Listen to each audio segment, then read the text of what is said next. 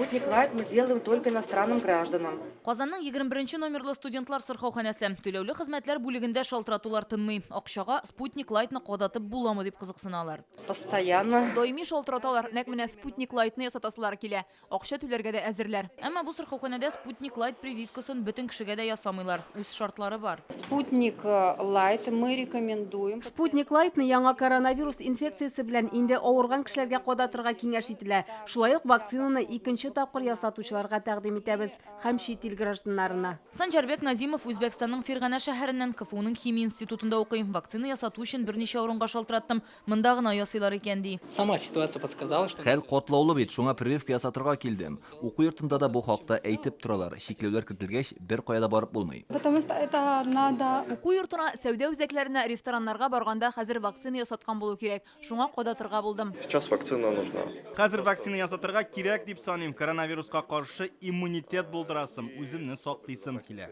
Гадәти студентлардан айырмалы буларак чит ил студентларына вакцина кадату өчен эш кабинетта булырга кирәк. Башта алар түләүле медицина хезмәте күрсәтү турында килешү төзи, аны менә шушында түли. Шуннан соң гына алар терапевтка эләгә, аннары егетләр, кызлар менә шушында Шәфкать туташ янына вакцина ясатырга керә.